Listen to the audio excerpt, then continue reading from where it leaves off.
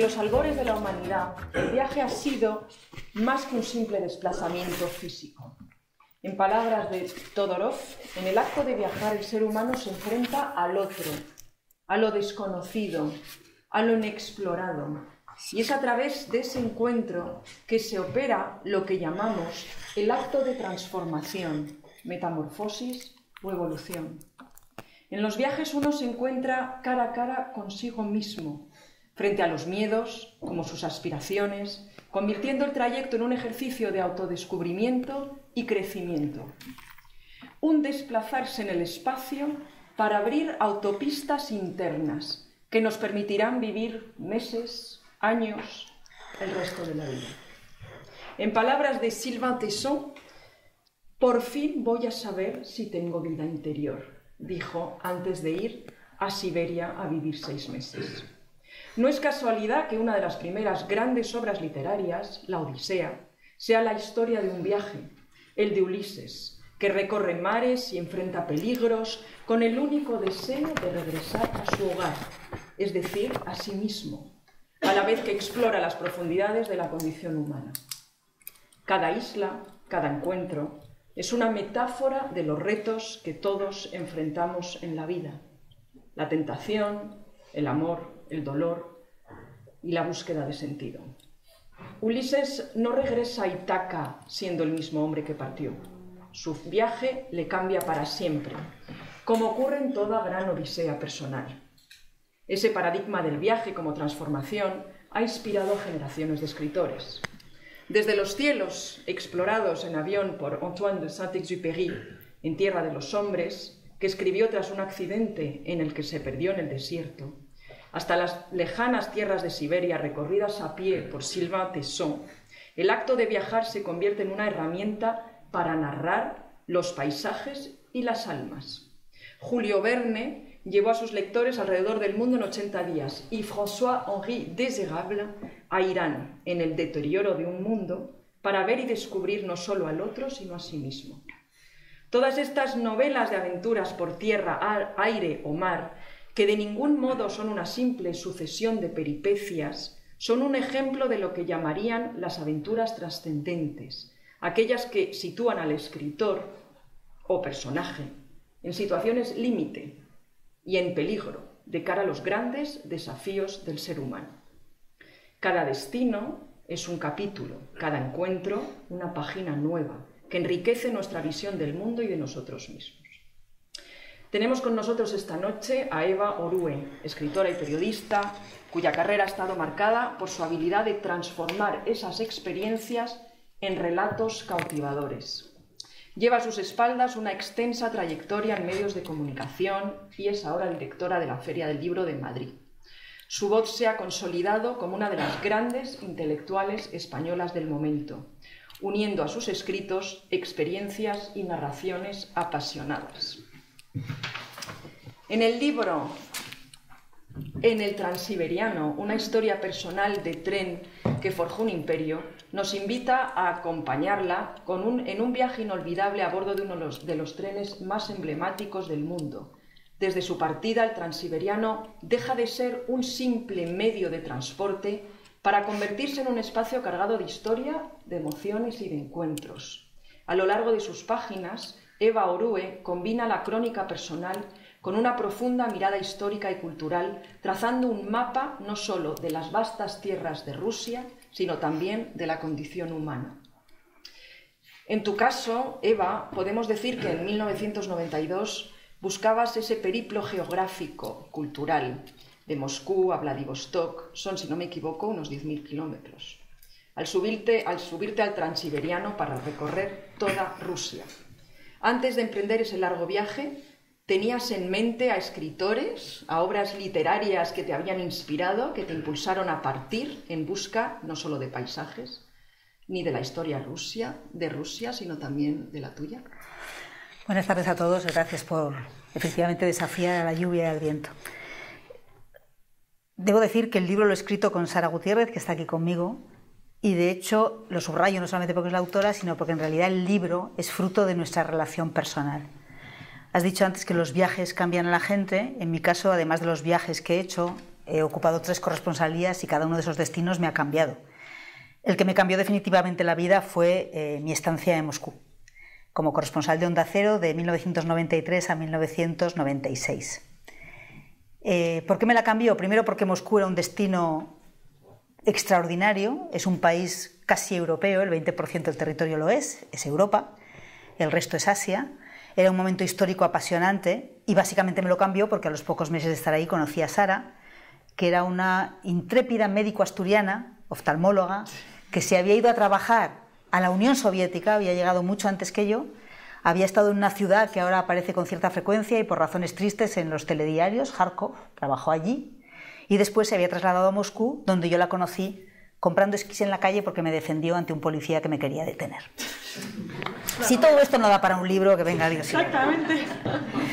La historia era que yo estaba trabajando en una época, insisto, convulsa, apasionante. Los buenos tiempos para los periodistas son siempre malos tiempos para la gente, ya lo siento. Todo lo que pasaba ahí era fascinante. Y de pronto conocí a una persona, primero no era periodista, esto es muy importante. Segundo, hablaba ruso muy bien, cosa que yo no hacía. Tercero, tenía un conocimiento estricto de lo que era eso que hemos venido a llamar el alma rusa, y tenía una capacidad para conectar con los rusos de la que yo carecía en ese momento y seguí careciendo, debo decir, al cabo de mis 3 años. Cuando ella me dijo, ¿por qué no hacemos el Transiberiano?, me lo dijo reprochándome que yo estaba informando de un país inmenso desde su capital. No conoces este país, me dijo. Y tenía razón. Luego ya tenía intenciones ocultas, que era que nos conociéramos más, y el tren, esos trenes, te dan la posibilidad de pasar muchas horas muertas, hablar mucho, discurrir. Cosa que ahora lo sabes, pues no te dan. Te montas en una ave como quien se monta en un tren. Así que hicimos el viaje de Moscú a Vladivostok, 9.288 kilómetros por la línea férrea. En ese momento, debo decir que ni subí al tren, y yo creo que Sara tampoco, pensando ni en autores, ni en historias, pensábamos en aventura y en nuestra historia. En aventura porque además no teníamos ninguna información. El país se acababa de convertir en una democracia, aceptemos que aquello era una democracia, y la guía con la que nos manejábamos, que era un librito de 30 páginas, no contenía la mayor parte de las ciudades que íbamos a atravesar porque eran ciudades que habían estado cerradas durante muchos años. Así que nosotros fuimos a ver qué salía de aquello. Si nos iba bien, nos iba bien, en lo personal y en lo viajero. Y nos fue muy bien. 32 años después seguimos juntas, así que algo salió bien de aquello. Y el viaje fue apasionante. Cuando muchos años después decidimos escribirlo, porque Sara había escrito previamente un libro que se llama El último verano de la URSS, que es un viaje en tren también por varias repúblicas soviéticas, y el editor le dijo, ¿tú no habrás hecho el Transiberiano? Y él le dijo, lo hice con Eva. Pues venga. Y entonces ahí surgió una doble vía del libro. Por un lado, nuestra historia personal y nuestro viaje, que lo cuenta Sara, y por otro lado, la historia del Transiberiano. Porque la Gran Vía Siberiana no es solamente un tren muy largo y que se construyó con muchas dificultades, sino que sobre todo es el tren que efectivamente forjó, no un imperio, 3. El blanco, de los zares, el rojo, de los bolcheviques, y si consideramos que lo que vino después y vivimos ahora es otro imperio más, pues incluso ahora el Transiberiano sigue siendo la cremallera que une este país inmenso. Y bueno, antes de empezar esta charla estuvimos hablando justamente de algunos autores que nos interesaba pues traer a colación, ¿no? Cuando tú decides años después escribir este libro, tenías ganas de hacer un libro que tuviera una repercusión literaria, contar la historia, o sea, ¿qué es lo que te hizo tomar esa perspectiva que luego desarrollaste a lo largo del libro? Es fruto de una pelea. Sara quería contar una cosa y yo quería contar otra. Y todo esto era el viaje. Entonces ella, insisto, habla de nuestra historia, habla de lo que nos pasó. Y yo pensé que era una oportunidad que no podíamos desaprovechar. Porque efectivamente el Transiberiano es una obra inmensa, pero sobre todo es un tren que ha cautivado la imaginación de un país entero, del mundo entero, me atrevo a decir, y de grandes autores. Es difícil encontrar un relato de un autor ruso, desde Tolstoy hasta nuestros días, en el que antes o después no aparezca el Transiberiano. O uno de los transiberianos, que en realidad son varios. Nosotros hablamos del Transiberiano, pero no es un tren. Ellos hablaban al principio de la Gran Vía Siberiana, ¿eh? Y en realidad transiberianos hay varios. Nosotros hicimos el viaje Moscú-Vladivostok, pero se puede ir Moscú-Pekín, se puede ir Moscú-Mongolia, puedes ir por el segundo transiberiano, que está por encima de ese lago Baikal, en el que Sylvain Tesson estuvo 6 meses pasando frío y penurias, pobre. Entonces hay varios trenes. Y todos ellos recogen un cachito de la historia rusa y prácticamente de todos ellos han hablado los autores, para contar las maravillas de la construcción, para contar el horror del Gulag, para contar cómo la gente volvía después de haber estado desterrada en Siberia, para contar, por ejemplo, cómo la aparición del tren en la época soviética en pueblos empobrecidos, tristes y oscuros, se convertía en un auténtico acontecimiento. Hay que imaginar no el tren de ahora, que cuando nosotros lo hicimos hace 30 años era un tren antiguo, no era un tren moderno de estos que vemos ahora, que tienen el morro afilado, era un tren de los de antes. Pero el transiberiano en un tiempo era una gigantesca máquina negra con las bielas rojas y una estrella roja en el pecho. Y cuando alguien cuenta que eso aparecía en su pueblo o en su ciudad, lo que cuenta es algo así como un monstruo que aparecía en vidas que por lo demás eran anodinas, tristes y en invierno muy, muy oscuras. Bueno, es bastante interesante porque efectivamente también le pasa a Antoine de Saint-Exupéry con el avión, ¿no? En estos aparatos que dentro de lo que cabe te mantienen como en una cápsula y con los que a la vez vas pues recorriendo todo ese paisaje, todo ese recorrido, todo ese viaje que te permite estar y entrar en contacto con una realidad desconocida, personas, ¿no? Desirable, que tú presentaste en ese viaje que hace por Irán, es lo que hace, ¿no? Parte un poco a lo desconocido. Y es lo que estás contando tú, ¿no? Que también partes a lo desconocido. Sí. ¿Piensas que un viaje tiene que preverse de un punto de vista literario, de un punto de vista artístico, primero con tiempo, después sin prever grandes cosas para estar abierto a lo desconocido? ¿Cuáles son esos encuentros que para ti fueron importantes en el transiberiano y que luego te han abierto puertas interiores? En nuestros tiempos hacemos una distinción entre turista y viajero. Solemos decir que turista es el que va a un sitio sabiendo exactamente qué es lo que quiere encontrar y si no lo encuentra vuelve y dice ese sitio era un horror, y viajero es el que se lanza incluso pensando que el viaje no puede ser bonito, o sea, puede no ser bonito o lo que encuentre no gustarle, pero vas a descubrir. Yo creo que hay viajes y viajes y que a todos nos gusta en algún momento ir exactamente a esta ciudad porque sabes que vas a ver esto. Este viaje en concreto era un viaje de viajero. Podíamos haber tenido que volver a los 3 días. Si no nos hubieran vendido el billete, por ejemplo, que no era fácil, no era obvio. Tú te acercabas a las taquillas, que era Sara la que llevaba la negociación, y en ocasiones pues te miraban como diciendo, pero esta gente que quiere salir mañana exactamente a esta hora, pues mire, no. Entonces todo complicado. En algún sitio llegamos, por ejemplo, y nos querían alojar. Bueno, pues te arriesgas a quedarte en una estación. Es un viaje de viajero. No es un viaje que preparáramos mucho porque íbamos intentando entender el país en el que vivíamos. En aquel momento, algunos tenemos aquí ya edad para recordarlo, Boris Yeltsin era presidente. Y la Rusia, que era apenas un país independiente, era un país en el que todo se había venido abajo. Nada funcionaba, nada. Ni la economía, ni los hospitales, ni las escuelas, ni las fábricas. Era una auténtica catástrofe. Esto es un tesoro para un periodista. Insisto una vez, es triste, lo sé, pero es así. Nuestra idea era ver en qué medida ese desastre que estábamos viendo en Moscú, que era la capital, se vivía en el resto del país. Y lo que descubrimos es que no siempre se vivía igual. Por simplificar mucho, el centro del país estaba verdaderamente incluso más hundido que en Moscú, la mafia campaba a sus anchas, la industria había desaparecido, la gente... Sara en un momento del viaje me dijo, al llegar a un pueblo en el norte del Baikal, me dijo, acabas de volver a la Unión Soviética. Porque era como si no hubiera pasado nada, como si la historia no estuviera transcurriendo. Y sin embargo, al llegar al otro lado, a Vladivostok, al lado de Corea, al lado de China, enfrente de Japón, el país era otro distinto. Y la idea era descubrirlo sin apriorismos. No nos preparamos nada. Si lo hiciéramos ahora, sería diferente. De hecho, en el año 22, cuando empezamos a trabajar en el libro, nos planteamos el ir. Y en ese momento hicimos lo que hace el viajero moderno. Nos fuimos a Google y empezamos a mirar. Miramos billetes, miramos las guías, miramos los hoteles, miramos qué se comía en cada sitio. Íbamos a ir a buscar exactamente lo que queríamos encontrar.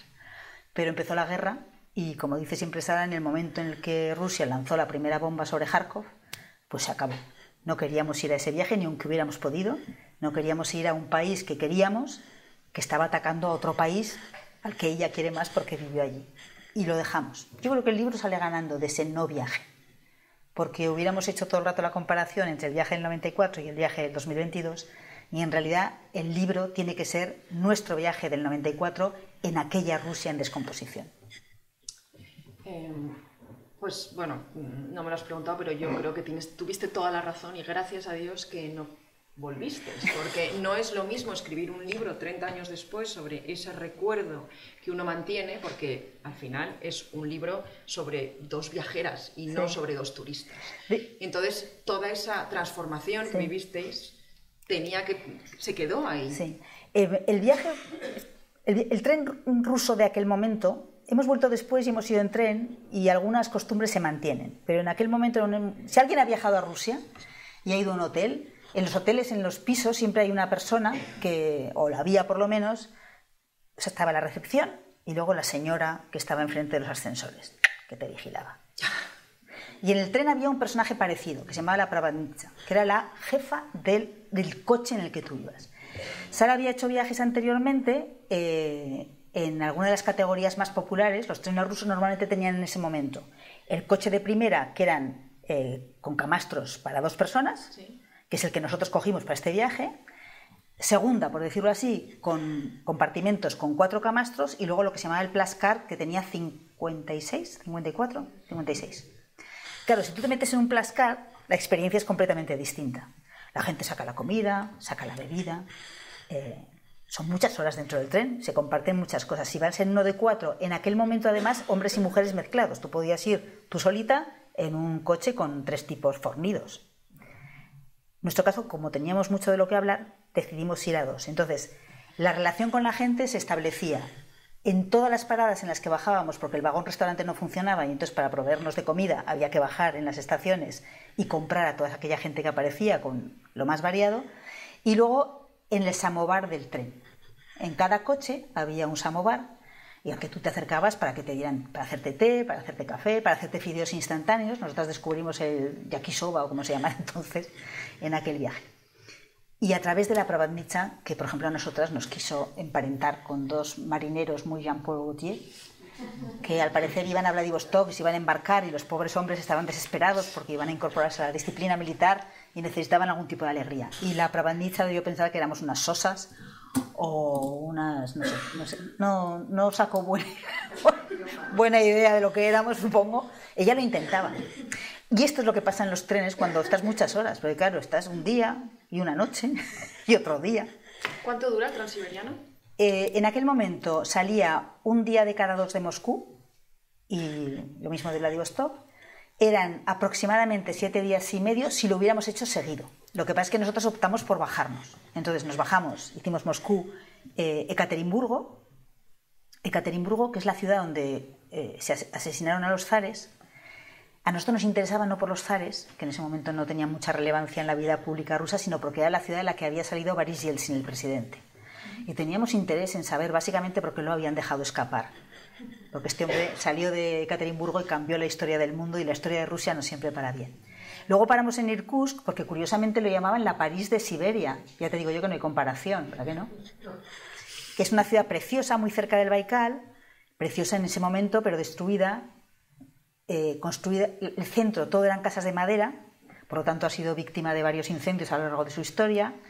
Y quizá el recuerdo que yo tengo más claro es que tenían bombas de agua de aquellas como de las películas del oeste, no sé si para beber o para calmarlos o para apagar los incendios, y luego que todavía había muchísimos lemas de la perestroika en las paredes, en los edificios. Estábamos a 60 kilómetros del Baikal, ¿cómo no vamos a ir al Baikal? Así que nos fuimos hasta la orilla del Baikal y cogimos un barco. ¿Y dónde quieren ir? Lo más al norte que se pueda.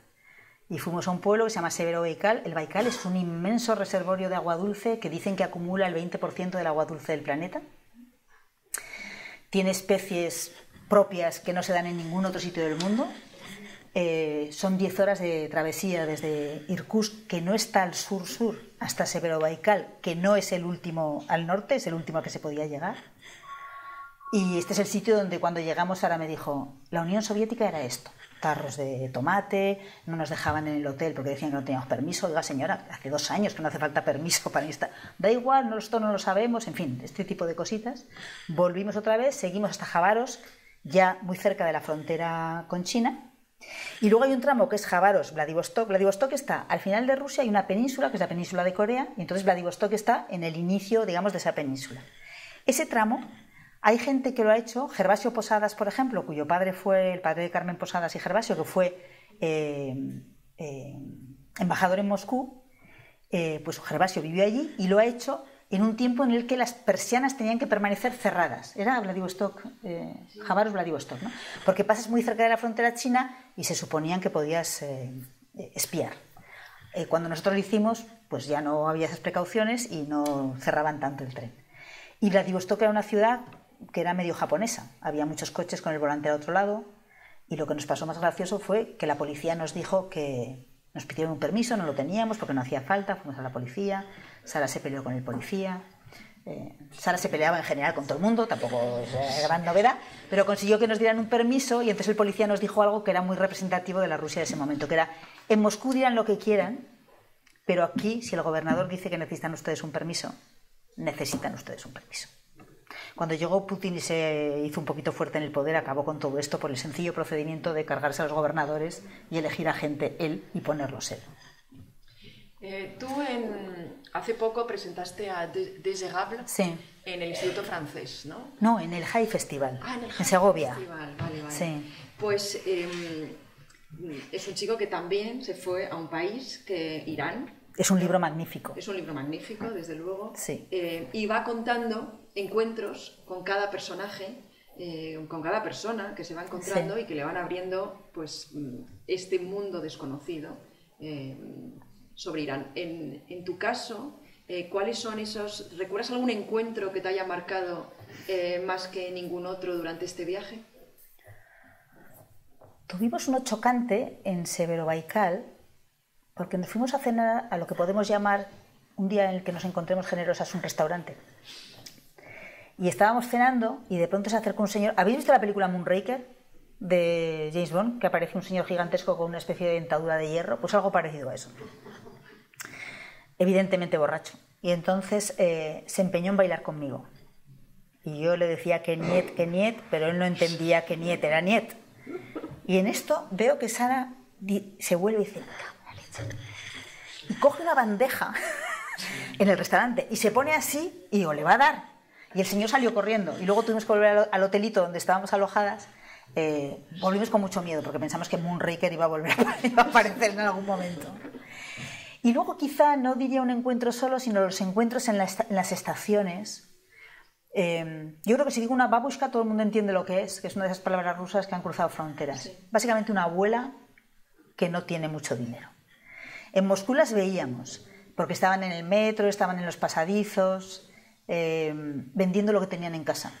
Salían con su poco de agua, con el vaso que le había sobrado, lo vendían para sacarse un dinerito, porque el país, insisto, estaba hecho una ruina.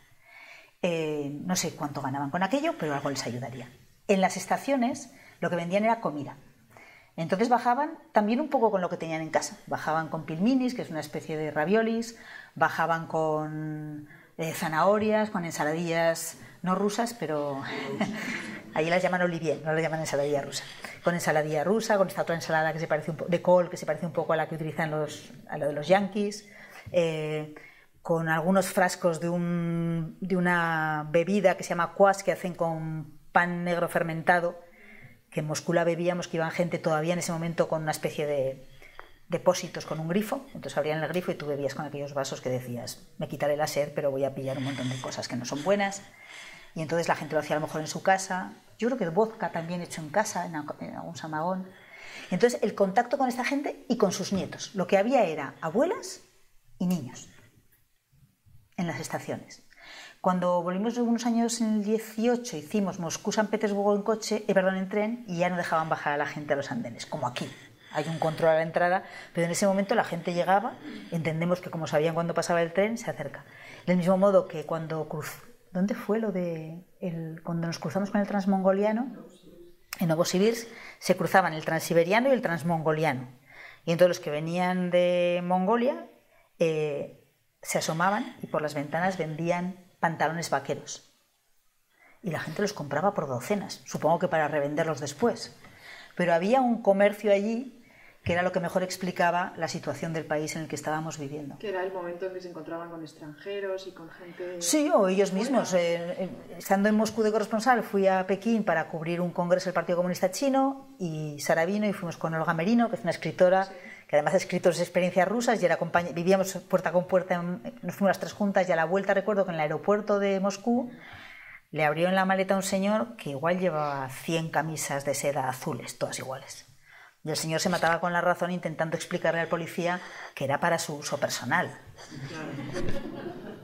Al final yo supongo que el policía al tipo le daría dinero y ya está. Pero era muy habitual que la gente se fuera a China porque los vuelos eran baratos y volviera con productos en la maleta para venderlos después. Claro. Había mucha hambre, es que había que comer. Claro. Pues bueno, hablando de vuestro viaje, no paro de recordar este viaje del transiberiano de Blaise Cendrars. No sé si... que es un poema largo de este poeta francés que escribió con 22 años y que ilustró Sonia Delaunay. Hay una edición en el Reina Sofía. Que está, es una de las ediciones... Sí. Qué bonito. Pues yo quería comprar una reproducción para presentarlo en mi clase, que lo estamos estudiando con las de bachillerato, pero no lo encontré. Fíjate, pues no lo sabía el Reina Sofía. Sí. Pues hablo de esto, ¿no? Y justamente de cómo... O sea, ¿qué piensas tú que el viaje en tren inspira? Abre la mente a los escritores, abre la mente a los artistas, ¿no? ¿Qué es lo que atrae del tren a...? Yo creo que de ese tren. ¿Sí? De ese tren. No de los trenes de ahora. Y de las prisas con las que viajamos. ¿Podemos poner el Oriente Express también? Supongo que sí. Me imagino que en cierta medida el Transcantábrico, que es mucho más corto, o el Al-Ándalus, o... No, y te vas a oír un tren y te vale. Sí, bueno, sí, hechas horas. La cuestión son las horas, sí, y el dormir o el comer, es decir, el hacer vida social en el tren, yo creo. Ahora nos metemos en el AVE, salimos a las 3 y a las 3:30, si no hemos llegado a las 5:30, si no hemos llegado a Barcelona, nos parece que es un horror. A ver, son 600 kilómetros, ¿no? Vale, tenemos prisa y ya está. A mí me incomoda un poco, esto que digo es un poco hipócrita, pero bueno, tú haces un viaje largo, te vas a Santiago de Chile. Por no ponerlo tan exagerado, te vas a Nueva York y puedes desayunar en Madrid y comer en Nueva York. En realidad no tiene mucho sentido. No, ninguno. Bueno, está muy bien, sobre todo si vas a trabajar y vuelves, pero no tiene mucho sentido. José Bergamín decía que su cuerpo... Perdón, no, me he equivocado, no José Bergamín. García Márquez decía que su cuerpo estaba en la ciudad, pero su mente no había llegado todavía. Claro. Necesitaba unos días. Sí. Entonces yo creo que hemos perdido la idea de que recorremos miles de kilómetros y por lo tanto cambiamos de uso horario, de costumbres. Como llegamos, pues sí, desayunamos aquí, comemos allí, luego cenamos en Buenos Aires, pero no tiene mucha lógica. Entonces, esto es útil en el mundo en el que vivimos, pero para un viajero creo que no es lo mejor. Lo mejor es ir en tren, despacito, o en autobús, que es más incómodo, porque el autobús no te puedes mover. En la época en la que nosotras vivimos en Rusia, además los viajes tienen un componente que se da en algunos países y en los nuestros ya no. Yo recuerdo un viaje, esto no tiene nada que ver con nada, pero fuimos a Uzbekistán. Y entonces en Uzbekistán, Sara tenía una amiga con la que había hecho un viaje, que es el viaje que cuenta en su libro. El caso es que la amiga tenía una niña y la niña estaba permanentemente atada a una cuna preciosa de madera. Preciosa. Todos los niños de Uzbekistán en aquel momento vivían horas atados a unas cunas con un ligerito colchón así, que tenía un agujero a la altura del culete. Nosotros lo habíamos visto y habíamos pensado, ¿qué tipo de instrumento culinario es este? Algo así como una pipa de madera y algo así como un cacito de madera. Bueno, pues la pipa y el cacito no eran instrumentos culinarios, era porque como están tantas horas, estaban por lo menos en la cuna, me voy a levantar. Sí, les ponían, imagínense que esto es la pipa se lo ponían así al niño, aquí puesto, y entonces el niño tenía un agujero, le encajaba en el culo, debajo ponían una maceta y el niño hacía ahí sus cosas. La pipa era para que a los niños varones les pusieran el pito dentro de la pipa y a las niñas, con suerte, pues encajaba en él. El caso es que nos compramos una cuna. que está todavía en nuestra casa, que es como así de larga, bastante pesada y así de alta, porque tiene unas maderas con unas arandelas de madera que los niños manotean para jugar. La subimos a la cabina del avión. Así se viajaba entonces. Sara se quedó con el mástil y yo me quedé con la parte de abajo. Me lo puse al hombro, salí corriendo por la pista del aeropuerto y me subí al avión. Y además me subí la primera, o sea, debía estar en plena forma, porque no sé exactamente cómo lo hice. Toda la que me subo a comer, detrás de mí venía ella con el mástil y detrás venía gente con paquetes de hierbas, gallinas no, pero bueno, podía haber habido también. Y cuando llegué, me senté la primera y yo vi que todo el mundo se echaba para atrás, menos yo. Y entonces viene la azafata y me dice: debería usted irse para atrás. Mi ruso era precario, pero esto sí que lo entendía. Y yo hacía, no, ya ni pa ni mayo, no entiendo nada. Y entonces al final vio en el avión y vio que solamente había una occidental, que era ella, que tenía el otro trozo de la cuna, y se fue a ella. Le dijo: ¿usted habla ruso? Y dice: dígale a su amiga que para despegar no puede ir delante, que luego ya se moverá. Y efectivamente, para despegar íbamos todos atrás y luego nos movíamos todos para adelante. ¿Desde el punto de vista de la seguridad es bueno? No.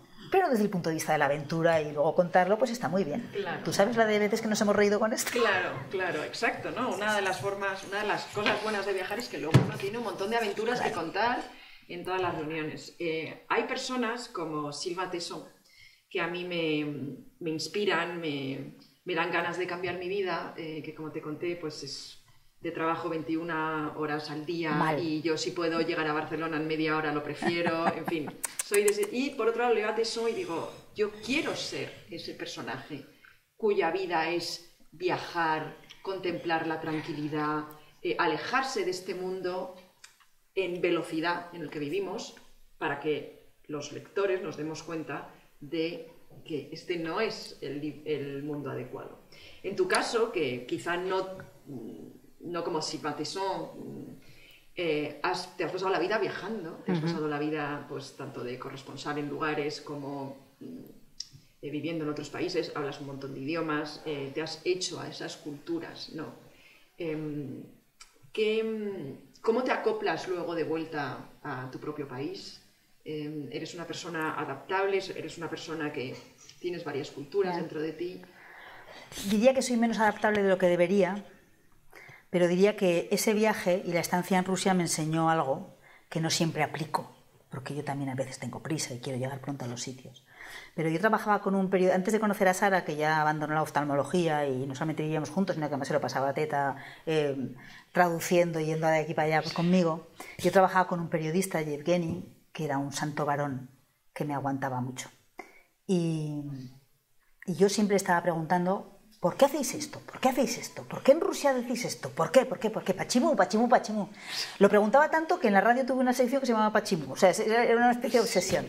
Y un día él me dijo: deja de preguntar por qué. Aquí lo hacemos así. Y yo creo que es una gran lección. Dejemos de preguntar por qué. Los occidentales, creo que especialmente los occidentales, tenemos una manía, que es que vamos a los países y queremos que todo allí pase como nosotros queremos que pasen las cosas. A veces tenemos razón, infinidad de veces no la tenemos. Y sobre todo no podemos imponer nuestro modo de vida. Pachimú, pachimú, pachimú, pues porque son rusos y su historia es otra, y su carácter es otro, y sus circunstancias son otras. Y en ese viaje creo que es una de las cosas que aprendes. Con el tiempo que te da el cha-cha-cha del tren, el ir tranquilamente, ¿no? Y el movimiento. Me estoy leyendo un libro que se llama Jacaranda, en francés, Jacaranda, de Gaël Faye, que es uno de los finalistas del último concurso. Sí. Es una novela que transcurre en Ruanda. Bueno, París, Versalles y Ruanda, para ser más exactos. Y es un hijo de ruandesa y francés, que por distintas circunstancias, que no revelaré por si queréis leer el libro, va una vez a Ruanda muy contra su voluntad y luego sigue yendo. Y este choque del occidental con otros modos de vida, lo podía afirmar yo. ¿Por qué sois así? Pues porque somos así, porque sois vosotros, ¿no? Sí, es verdad que tenemos una forma muy... o sea, nos enfrentamos al otro en vez de dejarnos llevar por el otro, ¿no? Queremos imponer nuestras formas de vida cuando viajamos en vez de dejarnos alimentar por ellas, ¿no? Pero eso se traduce, voy a decir una tontería, otra. Hace poco oí a la presidenta de la Comunidad de Madrid decir que si nos visitan los turistas y los turistas quieren cenar a las 6 de la tarde, habrá que abrir los restaurantes a las 6 de la tarde. Que es algo muy nuestro.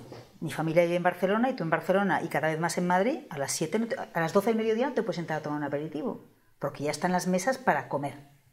Los extranjeros. Que yo entiendo la parte del servicio, pero yo no acabo de entender. Si vas a España, tendrás que cenar tarde, no sé si fabada por la noche, quizá no tanto, pero tendrás que cenar tarde, ¿no? Tendrás que adecuarte, pero no por adecuarte para que te fastidies, sino porque vas a conocer un país y por lo tanto, yo cuando este verano hemos estado recorriendo en furgoneta Escocia e Irlanda, oye, un día intentamos cenar a las 8 de la tarde y nos tuvimos que comer un mendrugo de pan en la furgoneta, porque nadie nos daba de cenar y te fastidia, pues claro, pero es que ellos cenan antes. Entonces creo que a veces, sobre todo el turismo, y más todavía el turismo de masas, ha conseguido convencernos de que es bueno ir a sitios, como vienen los ingleses a España, y piden para desayunar esas judías incomibles que toman ellos. A ver, aquí comemos otra cosa, que yo no digo que sea mejor, digo que es lo que se come aquí. Si vienes aquí para conocernos, pues desayúnate unos buenos churros y unas buenas porras, ¿no? Caricaturizo un poco, pero lo justo. O sea, sinceramente lo creo. Sí, entiendo. Y de hecho creo que Irlanda es uno de los únicos países que podemos visitar todavía en Europa y que no ha llegado realmente la globalización, o por lo menos esa es la impresión que yo tuve. Yo lo visité hace 2 años, bueno, volví hace 2 años porque soy una enamorada de Irlanda, y me chocó eso, ¿no? Que seguía exactamente igual. Los autores de los que hemos hablado para esta charla, pues por ejemplo Desérable, pero bueno, también Pierre Loti, Joseph Kessel. El libro de Desérable es buenísimo y además te lleva a un país, Irán, donde no se ha escrito mucho, y lo que más me gusta del libro es que lo hace con no hay ninguna voluntad de enseñar. Sí, es simplemente mostrar, te cuenta lo que le va pasando y lo que le va pasando está bien. Sí, de hecho se basa en un libro que tú y yo dijimos que no habíamos leído, sí, de Bouvier, sí, ¿no? En donde también lo que va es pues a encontrarse con ese país, ¿no? Va con su Fiat Topolino, y a lo que encuentre, ¿no? Es un poco como se viajaba antiguamente. Es un libro que mucha gente, yo no lo he leído tampoco, el de Bouvier, y mucha gente dice que le ha cambiado la vida. Desde Gable dice que le cambió la vida ese libro. Sí. O sea que habrá que leerlo. Habrá que leerlo, sí, sobre todo por el viaje. ¿Piensas que hoy en día, aparte de Irlanda, que gracias a Dios queda intocable, piensas que hoy en día el viajero, el que quiere realmente hacer estos viajes sin ser turista, se tiene que ir a países muy lejanos, tiene que irse a países en donde realmente la globalización tarda en llegar? No digo que no ha llegado porque desgraciadamente lo tarda en llegar. Yo creo que hay una experiencia que todos hemos vivido, que es que vayamos a donde vayamos, recorremos el centro de las ciudades y hasta que no encontramos el primer Zara no estamos a gusto. Porque es verdad que tú vas a los centros, que además son casi todos peatonales y cada vez se parecen más, y encuentras las mismas tiendas casi en el mismo orden. A mí eso me desespera un poco. Una vez más, no es lo mismo irte un fin de semana para descubrir Bolonia que querer irte a descubrir Italia. Es diferente. Y efectivamente, cuanto más lejos te vas, pues supongo que más diferentes son las cosas con todo lo que nos parecemos ahora mismo. Pero este verano nos fuimos a Escocia, por ejemplo, en la furgoneta, al norte, y pasábamos las horas sin ver a nadie. O sea, incluso en esta Europa tan concentrada y tan abigarrada, encuentras todavía rincones. No vamos a decir dónde estuvimos exactamente, porque si no iréis todos. Es una belleza, es sobrenatural, es una cosa espectacular. La costa norte de Escocia. Pero creo que en realidad llevamos como la globalización dentro. Por ejemplo, somos incapaces de irnos sin el teléfono móvil. Yo entiendo que el teléfono es muy útil, o sea, no renuncio a él, pero de pronto tú llegas a un sitio donde estás admirando un atardecer magnífico, y eso nos pasó hace unos años, estábamos en las Islas Griegas, y yo creo que las únicas que estábamos mirando al sol éramos nosotras, porque el resto de la gente estaba toda el sol ahí atrás y todos transmitiendo en directo el ponerse del sol. Entonces creo que estamos pervirtiendo, pero es mi sensación y yo no doy lecciones a nadie. Yo no voy para que los demás sepan que he estado, yo voy porque creo que me lo paso bien. Y luego sí enseño alguna foto, pero no se me ocurriría transmitir mi viaje en directo y decir estoy aquí, hago esto, he comido esto. No, para mí la experiencia del viaje es otra cosa. Sí, no. Y soy turista muchas veces, no, tampoco me pongo aquí. Tesón es un viajero, yo soy una viajera algunas veces. Que hace nada en el periódico dijo que la gran el gran veneno de nuestra sociedad son las pantallas. Seguramente sí. Hace poco coincidí en una charla con Antonio Najarro, que es un bailarín, y él va, lo ves, ¿eh? O sea, no sabes quién es y sabes que es bailarín. Y entonces alguien le preguntó, ¿y con los jóvenes? Y dice, con los jóvenes lo primero que hay que hacer es conseguir que levanten la cabeza, porque vienen todos así. Bueno, pues algo de eso hay con las pantallas. Uno de los escritores que nombraste y que me gusta mucho y que me gustaría que habláramos un poquito sobre él es Antoine de Saint-Exupéry. Hablaste de Tierra de hombres, sí. Además del Principito, resulta que ha escrito otros libros. Y a mí el Principito, mira que no me gusta, fíjate. Por cierto, acaba de salir a dominio público, nos vamos a hartar de Saint-Exupéry. Sí, porque claro, ahora lo puede publicar todo el mundo sin pagar derechos, así que ya verás cómo van a empezar a publicar obras de él como locos. Bueno, no tiene muchas, son como 4, sí, creo. Pero voy a decir... Y se pueden publicar bien, a lo mejor merecen una nueva traducción, o sea, que eso es lo que cabe. Los Chávez Nogales y Saint-Exupéry salieron al dominio público el mismo día. Vigila, ya verás.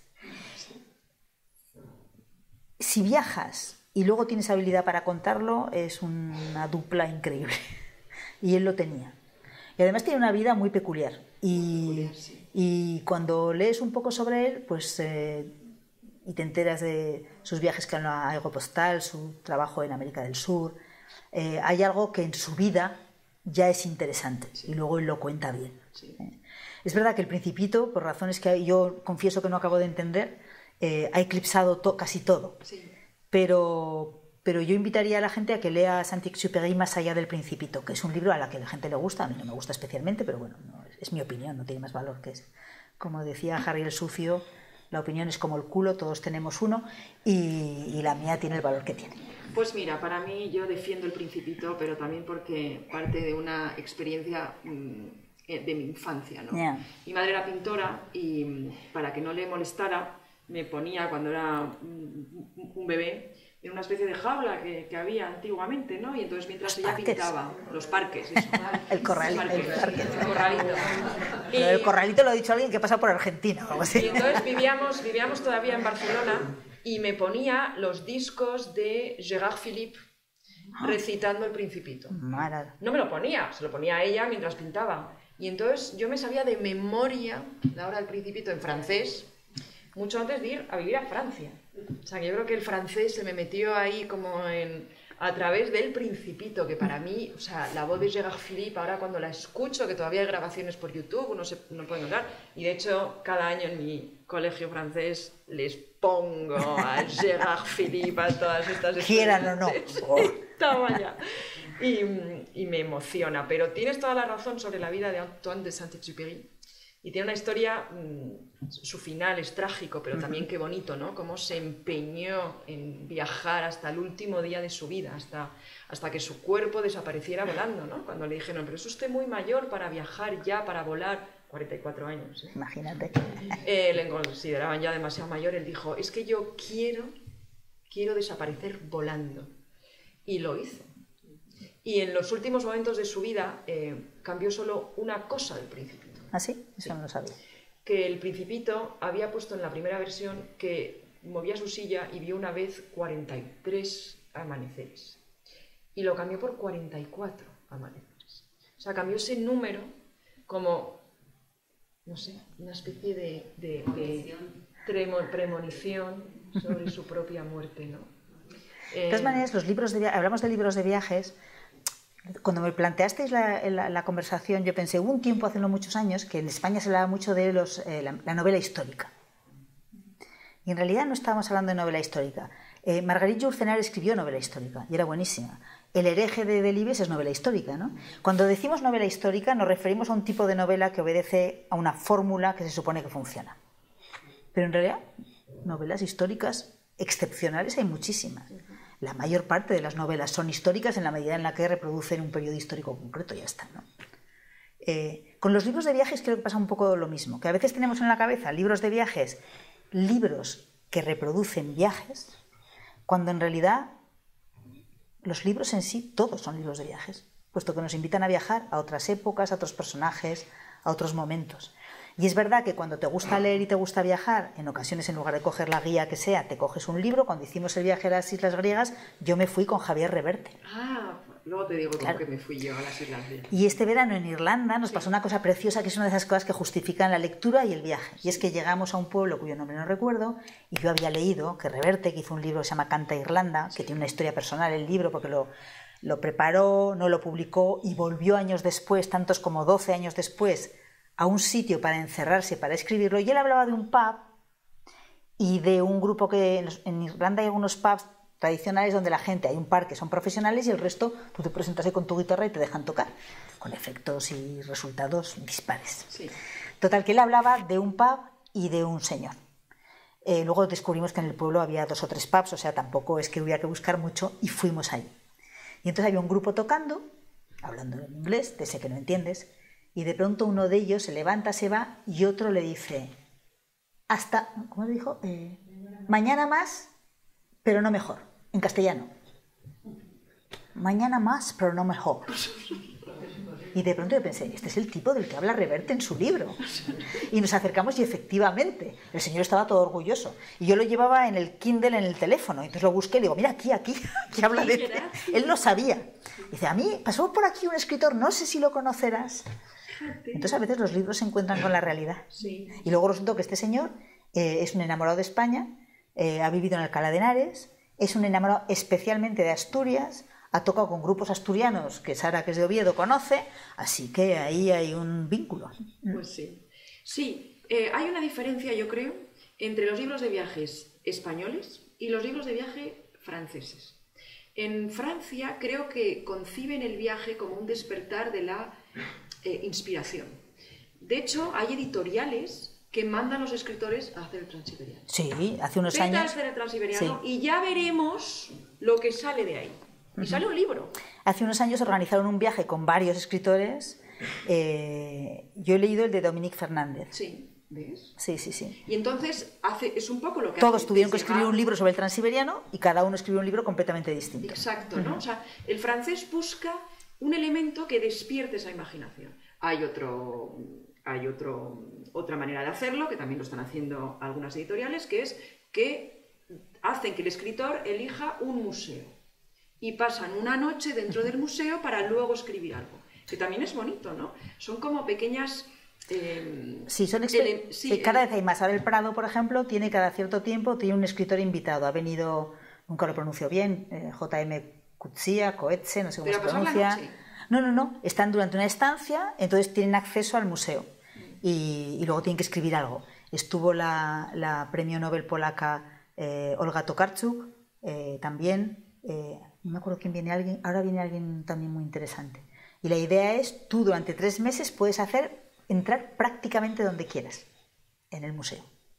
En la Biblioteca Pública de Nueva York tienen una beca, ahora está Patricio Prón, ahí, el escritor argentino, y la idea es la misma, tú puedes acceder a lo que quieras. ¿Tú te imaginas que te dejan ahí en una biblioteca y te dicen, puedes bajar los archivos, puedes subir arriba, puedes mirar, puedes buscar? Eso sí, al cabo de tu estancia tienes que presentar un proyecto y escribir, es la condición. Esta mezcla de caminos a mí me parece interesante y sobre todo es un lujo. Imagínate que te dejen ahí en el Louvre durante una noche, aunque sea. Sí, es que esto es una noche. Pues eso, piensas que el tren, ya sé que hablas del pasado y que estos trenes de hoy en día no te parecen, pero piensas que el tren es un elemento que despierta justamente la imaginación de los escritores. Sí, sí. ¿Más que el avión y el barco? El avión va demasiado deprisa y el barco creo que se aísla demasiado. En el tren estás en tierra todavía y ves la ventanilla y ves e identificas. Ves a la gente y ves sus caras. Claro. Creo que hay algo de eso. Claro, no es lo mismo un Madrid-Barcelona en AVE que un Zaragoza-Barcelona, es que lo hacía yo cuando estudiaba, que te metías en el tren a las 12 de la noche y con suerte a las 8 de la mañana estabas en Barcelona. Entonces las cosas han cambiado. Pero hay trenes todavía. Lo que pasa es que se han convertido, y esto es la pena, en trenes de lujo para turistas con dinero. Es verdad. El Transiberiano que nos recorrimos no era un tren de lujo, era un tren. La gente subía y bajaba y había ahí de todo menos gente con mucho dinero. Y ahora cuando alguien piensa en el Transiberiano, creo que la primera imagen es algo parecido al Oriente Express. Aquel transiberiano no era ese tren. El de Blaise-Cendrars tampoco era el de... Y además, cuando lees los primeros testimonios de viajeros en el transiberiano, uno de ellos, por cierto, un señor francés que se llamaba Albert Thomas, que después fue ministro y tuvo cargos internacionales y que ganó el viaje cuando el transiberiano todavía no estaba concluido. Cuando leímos los primeros testimonios decíamos, a ver, no puede ser que todos hayan viajado en el mismo tren, porque algunos te hablaban de un tren que era una porquería y otros, sin embargo, hablaban de bañeras de mármol, de pianos de cola, de señoras que por la noche se arreglaban e iban a cantar, y todos habían hecho el mismo recorrido. Era porque había varios transiberianos, el ruso y el de Wagons-Lits. Wagons-Lits, en la Exposición Universal de París en 1900, llevó un vagón con un, no sé cómo se llama, un diorama, se llama esto que te van como, o sea, que el fondo va girando, ¿no? Y entonces era un Moscú-Pekín, era el viaje. La gente subía por un sitio, se sentaban, comían durante 45 minutos y se bajaban por la otra puerta. Y mientras tanto, en teoría, habían viajado de Moscú a Pekín con esto que circulaba. Y ese transiberiano es el que desapareció durante la Revolución Rusa, aunque seguía habiendo clases en el transiberiano rojo, seguía habiendo clases, pero el tren de lujo desapareció. Y cuando cayó la Unión Soviética, Rusia se convirtió en un país independiente y algunos empresarios avispados pensaron, aquí hay un negocio, los trenes de lujo los pusieron primero, creo que eran británicos. La primera empresa que se animó creo que era británica, ni siquiera era rusa. Y recuperó aquellos vagones originales de Wagons-Lits. Tanta importancia tuvo el transiberiano en el imaginario colectivo que no solamente los periódicos españoles de la época, pequeños y grandes, recogían la construcción, sino que Joaquín Costa, paisano mío, el León de Graus, cuando hablaba de la decadencia española... Ah, sí, ya ves tú. Cuando hablaba de la decadencia española, mencionaba el caso del vagón del tren en la Exposición Universal de París. Decía, vas a París, vas a la Exposición Universal, te subes en un vagón, estás 45 minutos, parece que has viajado, sales por otro sitio y estás exactamente en el mismo sitio. Eso es lo que le pasa a España, que es un país... Entonces el transiberiano yo creo que tiene un plus que no tienen otros trenes. Sí. Magníficos también, seguramente, pero hay algo especial ahí, hay algo muy especial. Pues nada, habrá que hacer el transiberiano. Cuando nos dejen, Sí. Y el país esté en paz. Pues no sé si tenéis alguna pregunta para Eva Orue sobre los viajes, el transiberiano, su precioso libro. La oftalmología soviética. Sí. Sí, Pedro. Pedro Aviador. Ah, bueno. Sí. Vamos a ver. Has hablado antes de que Rusia es un país casi europeo. Se habla también mucho del alma rusa. No sé si un poco en el estilo de como el Spain is different. Sí, algo parecido. Tú estuviste en una época cuando cayó la Unión Soviética. Me gustaría saber si, desde tu punto de vista, Europa hizo algo mal para no integrar a Rusia, aprovechando la oportunidad de la caída del régimen soviético. Decir ahora que hicimos cosas mal es fácil, porque lo vemos todos, yo creo, el resultado, ¿no? En aquel momento probablemente era más difícil de saber qué es lo que había que hacer. Yo recuerdo, y Sara también se acuerda, creo, cuando estábamos allí en aquel momento, hicimos una serie de reportajes para un libro que publicamos en aquel momento que se llamaba Rusia en la encrucijada. Y cuando tú hablabas con los rusos, que eran empresarios mafiosos, no mafioso en el sentido exactamente italiano, ellos hablan de la palabra era mafia, pero no era exactamente eso, era más bien que no había una ley y entonces la gente aprovechaba. Y ellos decían, Rockefeller también fue un bandido, mis hijos serán universitarios y serán gente de bien. Esa conciencia de que el país estaba cayéndose, de que había oportunidades y de que las generaciones venideras tendrían mejor preparación y quizá una moral y una ética más elevadas. Seguro que hicimos cosas mal. Lo primero, pretender que fueran como nosotros y que su transición fuera como la nuestra. España y Rusia tienen algunos paralelismos históricos, un poquito por los pelos, pero algunos paralelismos históricos que en aquel momento ellos subrayaban. Los dos países, cada uno en un extremo de Europa, con permiso de Portugal, que han parado a Napoleón. España y Rusia. Yo recuerdo cuando Yeltsin bombardeó el Parlamento, que entramos con un compañero, con Rafa Poc de La Vanguardia, y nos preguntaron, ¿de dónde sois? De España. Y levantaban el puño y decían, no pasarán, en español. La conciencia de que los soviéticos ayudaron a la República. Y por lo tanto el pueblo español o el pueblo soviético estaba emparentado de alguna manera con el pueblo español. Y la transición, que es a donde iba. La transición de un país de 40 millones de habitantes, no recuerdo cuánto tendría España en ese momento, no puede ser en ningún caso como la transición de un país como Rusia, que es enorme, un imperio, el soviético, que se ha venido abajo estrepitosamente, del que han salido 17 o 18 repúblicas. Entonces creo que les pedimos demasiado. Creo sinceramente que se les pidió demasiado. Y luego ya si entramos en nombres, pues Yeltsin fue lo que fue, pero tenía ministros como Yegor Gaidar, que fue un ministro de Economía, que tenía un objetivo claro, que era convertir a Rusia en Estados Unidos. Lo simplifico un poco, pero es esto. Y no se dieron cuenta de que ese país necesitaba un proceso más lento. También es cierto que el proceso más lento lo había intentado Gorbachev y había salido mal. Con sinceridad no sé si había otra posibilidad, pero que la actitud de Occidente en ese momento frente a Rusia fue una actitud prepotente que explica muchas de las cosas que estamos viviendo ahí. No justifica nada, no justifica ni la invasión de Ucrania, ni la crueldad de Putin, todo eso no, pero explicarlo sí que lo explica. Yo creo que sí, en buena medida. El orgullo ruso de aquel momento estaba profundamente herido y no nos dimos cuenta de que incluso destrozada, Rusia seguía siendo un gran país, los rusos seguían siendo un gran pueblo y seguían siendo una gran potencia. Y yo creo que no lo supimos ver. Pero te lo digo ahora. En aquel momento me costaba más verlo. Ahora es fácil.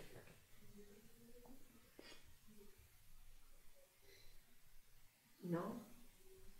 Nos hemos quedado todos un poco... Sí, un poquito pluf. Un poquito pluf. Antes te preguntó cómo te adaptabas, cómo volvías. ¿Qué hiciste cuando volviste de Rusia, de la Unión Soviética? De la Unión Soviética no volví nunca. Porque de Rusia, cuando caíste otra vez en España. Cuando caí en Rusia... A mí me mandaron la radio después de mis 3 años en... No sé exactamente a qué te refieres, porque pues tú... Me refiero a que volviste a España y te convertiste en... Quisiste ser corresponsal de España. Bueno, gracias por... Tú me preguntas y yo contesto lo que me da la gana, como ves, ¿no? Sí. Yo creo que es interesante. Yo nunca... O sea, normalmente los corresponsales son periodistas de redacción a los que su medio manda, normalmente. Pero yo no. Yo trabajaba en un programa magazine con Luis del Olmo y me fui. O sea, yo nunca había trabajado en una redacción. Entonces me fui primero a Londres, por mi cuenta, luego de ahí me mandaron a París, luego me fui a viajar, volví a España, estuve 9 meses, no me gustó el trabajo que hacía en Onda Cero, me mandaron a Moscú, un castigo por mis muchos pecados, fue una experiencia apasionante, y al cabo de 3 años me propusieron irme a París, y volví a París. Y al cabo de año y medio... Sí, gracias. Y al cabo de año y medio me propusieron irme a Bruselas. Y ahí sí que no, ya es aburridísimo.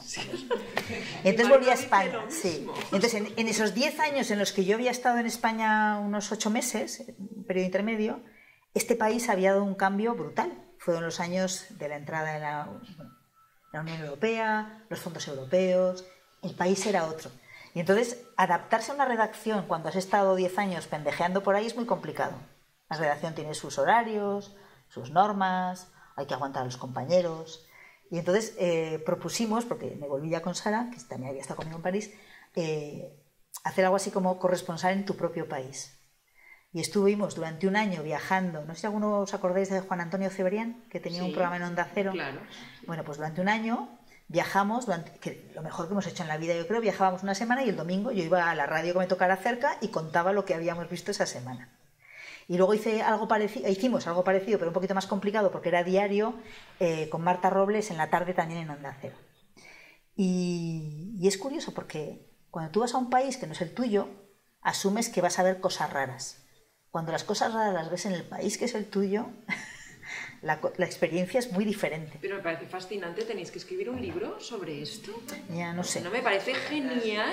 Pero es una, o sea, corresponsal en tu propio país. Sí. Tienes que tener esta mente desprejuiciada y un poco... Claro. Por ejemplo, cuando ponerte en plan de observador.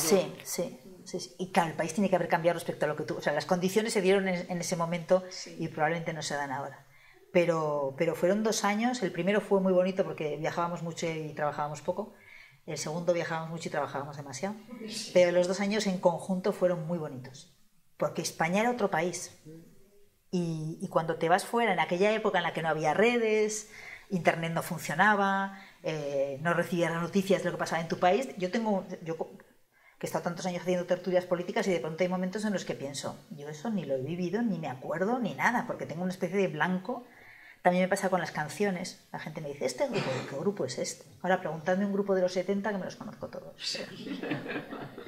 Pero sí, la experiencia del corresponsal, la experiencia de quien trabaja en cosas diplomáticas, el primer año es siempre fascinante.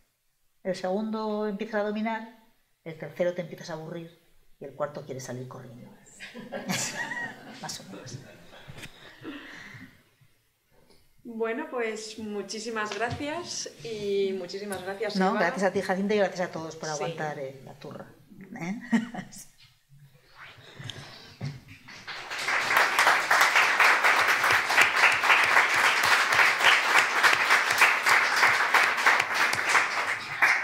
Bueno, y espero que vengáis todos el 18 de febrero a escuchar a Eduardo Barba, jardinero, paisajista e investigador botánico en obras de arte. Va a ser preciosa. Sí, escribe en El País y creo que colabora con la SER. Les tiene la terraza de la SER en Gran Vía, les tiene un vergel ahí. Qué bonito. Es impresionante. Qué bonito. Pues nada, nos vemos el 18 de febrero. Gracias.